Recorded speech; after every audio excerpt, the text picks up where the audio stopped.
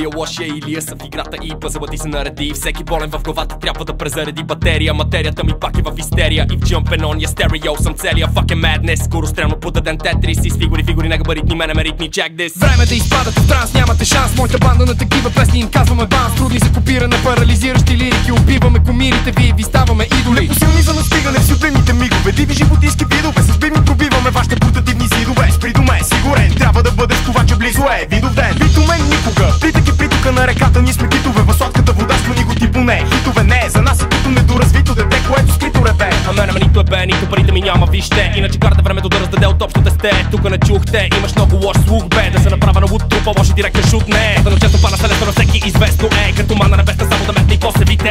Много пик заради света ни, много си в баровете болници и лекуват ни от хип. Печелиме левове и си качваме левела. Този мач не сте го гледали, отдавна заклевам се. Логопедите звучат от твоя стереосистем. Мисли след като ще ти каже, че мега добри сме. Внимание, моля ви се с лош MC. Приготвяме молотови, за който нощем спи. Ние сме мощен тим. Ако влезете в битка с екипа, ние едва ли ще ви пощадим. Родителите ти биха те питали, дори дали боли да бъдеш смазан от стадо биволи в ритъм. Отива и на трима ни дължите ни пари, за това че минем ли не остават други живи MC-та. Родителите ти биха те питали, дори дали боли да бъдеш смазан от стадо биволи в ритъм. Отива и на трима ни дължите ни пари, за това че минем ли не остават други живи MC-та. Парчета в нета от 99-та и какво да направя, че тогава родиха се много до 5-та. И питаме как е момчета, петилетката влиза ли леко или трябва да тръгне по някаква нова пътека. Като ебани на дивани, дами, мазета, тавани. Но няма как да стане, глупав, аз съм Титаник.